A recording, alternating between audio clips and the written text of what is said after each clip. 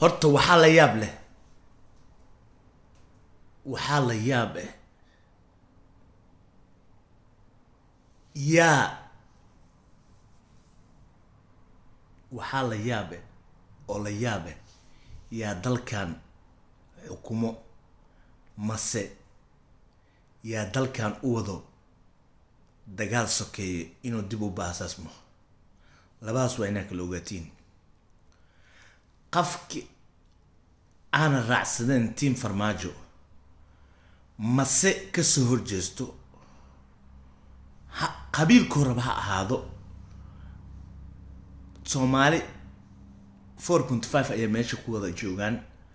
4.5kii qalad haddii loo isticmaalo waxaa dhacayo fashil ay ku dhammaanaysaa. taasna waxaa keenayso buugga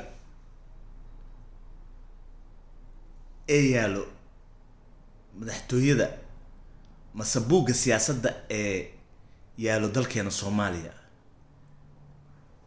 waxaa jirto waxyaalaha qaarkooda oonan la kashifi karin, oonana la shaaci karin. qof walbana hadday isku daydo inay wax ka beddesho mase wax ku soo biiriso, waa culays aad iyo aad u weyn ayuu kala kulmaa. taasna waxaa kuu caddaynayso in ay tahay Soomaaliya la tahay dal la haysta eh.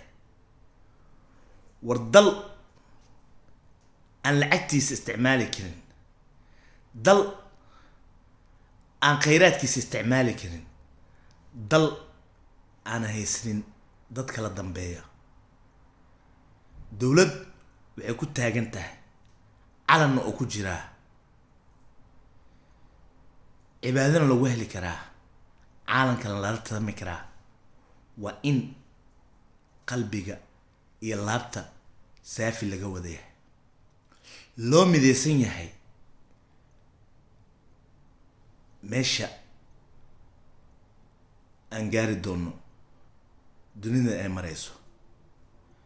dowlad walbo haddaad naaqusisaan mase aad ku daydaan in aad maskaxdaada yar mase dad qaarkooda yar in ay wax ka bedeli karaan, taas waxay noqonaysa male, waxay soo siyaadinaysa male. rag baa hortaa kaga daalay, rag baa hortaa ku fashilmay. waxaan la hadlayaa oo u sheegayaa Soomaali maxamedey, waxa noo fiican mase waxa noo xun, labada mid. waxa noo fiican oo marna naga go-aynin waa dhiiggeena.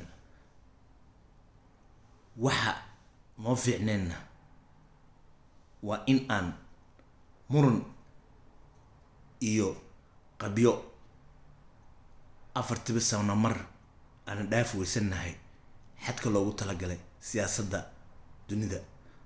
waxaan nii sheegaa farmaajo ahaata, khayr ahaat, roob la ahaata, farmaajo ahaata, roob la ahaata,